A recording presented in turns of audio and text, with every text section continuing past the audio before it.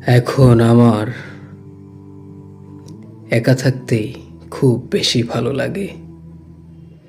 আগে ভাবতাম মানুষ থাকলেই বুঝি ভালো থাকা যায়, কথা থাকলেই বুঝি মন ভরে যায়।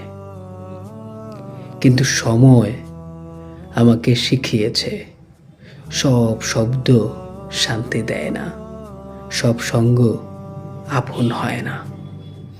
কিছু মানুষ কাছে থেকেও অনেক দূরের হয়, আর কিছু নীরবতা হাজার মানুষের চেয়েও বেশি আপন হয়ে যায়।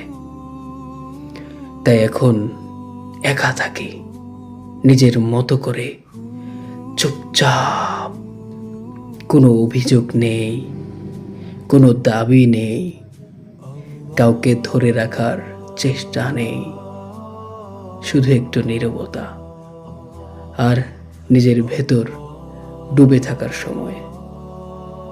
এই একাকিত্বে আমি নিজেকে শুনি, যে কথাগুলো কাউকে বলাই হয়নি, যে কষ্টগুলো হাসির আড়ালে লুকানো ছিল, যে স্বপ্নগুলো ভেঙে গিয়েও বুকের ভেতর রয়ে গেছে, সব এসে পাশে বসে থাকে।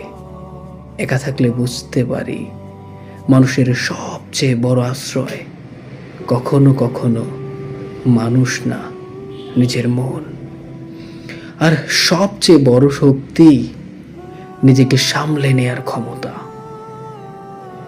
একা থাকা মানেই কষ্ট না, কখনো কখনো একা থাকা মানে শান্তি।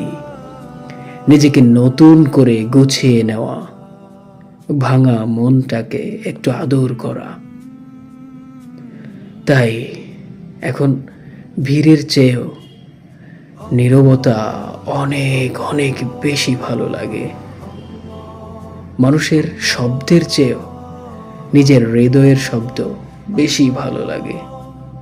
একা থাকতে আমার সত্যিই খুব ভালো লাগে, কারণ এই একাকিত্বে আমি কাউকে খুঁজি না, আমি শুধু নিজেকেই খুঁজে পাই।